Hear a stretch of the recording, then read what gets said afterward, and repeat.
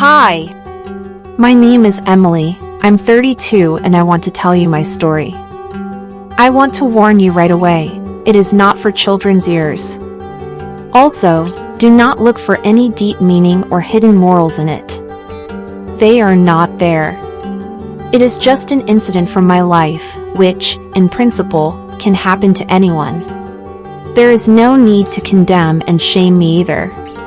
You can just envy me, but only in silence. So, let's begin.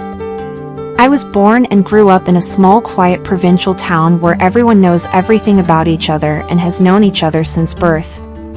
When in such a place get the inhabitants of the metropolis, initially they begin to drool with delight and, hiccuping with delight, speculate on how good it would be to settle here and raise children, no traffic jams, no city noise, clean air and zero crime.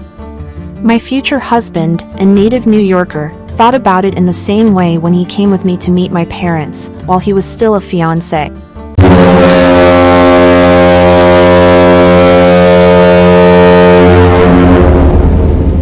However, it was enough for exactly 3 days. And then he roared like a bison wounded by an Indian arrow in the scrotum. And saying that he was ready to love my city and my parents more than life, but from the other end of the country, took me to finish our vacation at sea. Frankly speaking, I thought that it would be enough at least for 5 days, but I then underestimated the evil tongue of my mother, then still full of strength and poison sweet and pretty woman. In the 8 years of our marriage since then, their relationship has not gotten any better. So you'll understand why I visit my parents a couple times a year. With my kids. And without my husband. When COVID started, my parents came down with pneumonia, very high fever, and other goodies. When I found out that they are quite bad, I left the children on my husband, agreed at work that I'm moving to remote work and flew to my father's nest.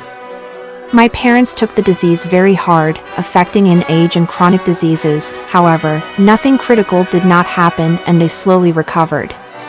And I had a lot of free time, and this, as it is said in many sacred texts, a woman is never at a disadvantage. Before leaving for college, when I was still living with my parents in our town, my first love was our neighbor's oldest son Joe. Handsome, athletic, captain of the high school soccer team. We were friends since childhood, constantly disappeared at each other's houses, and together with his younger brother Luke and a couple of other neighborhood kids regularly got into various small funny messes. Although Joe was 5 years older than me, his technical knowledge in the art of love was not much better than mine. Anyway, we helped each other lose our virginity, and after that we were proud to consider ourselves a couple.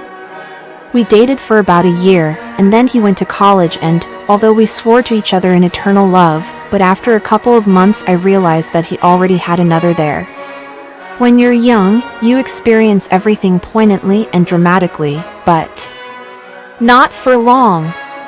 Tired of grieving for Joe, I fell victim to the persistent advances of his brother Luke. He was a completely different person than his brother, both in appearance and character. Probably, comparing him with his brother, I realized that in a man, of all the muscles, the most important for me is the brain. However, what you think is also very important. When Joe came home for Christmas, I realized that he tried to have a fight with my brother about me, but then they apparently shared me quietly, brotherly, and after that we all got along fine. However, our relationship with Luke didn't last long either. We both graduated senior year of high school and went our separate ways. In college, I literally immediately fell into the strong hands of my future husband. After graduation, I married him. In the same year, I had my first child and the merry-go-round began, work, home, mortgage. As I said, my husband's relationship with my mother did not work out immediately. Nevertheless, several times a year, I always came with my children to visit my parents for a couple of days. And naturally, during those days I met many of my childhood friends, including my brothers. And I even went to my eldest's wedding. We all had different lives. They both had failed first marriages and broke up. Joe in general returned to his hometown, lives with his parents and works as a gym teacher at the local school. And Luke after university ended up in Silicon Valley. Anyway, after the end of the pandemic, all our old company was gathered together. Everyone was going to be leaving soon, so we had a barbecue. The meat was delicious. And naturally, there was a lot of alcohol for such meat. At the end everyone felt, someone even let a tear, and even I, the honorable mother of the family, had a little too much to drink and made incredible pot on the dance floor. Well, and then it was even more fun. Because I woke up in bed with my two brothers. And judging by the specific sensations and fragments of memories, we were engaged yesterday, not only dancing. Now I'm writing all this and I realize that I definitely shouldn't tell my husband about it, even though he is aware of my childhood romances. However, to say that I am sorry, no. I don't regret anything. It was a wonderful experience. The guys were on top of their game. Probably, every girl in the depths of her soul dreams of a triplet, when all the attention is directed at her. But holds back as a rule fear of publicity and disappointment. And, here I am 100% sure that it will all remain between us, and the guys are their own, almost native, proven friends. What do you think? Do exes count or not? Thank you if you listened to the end.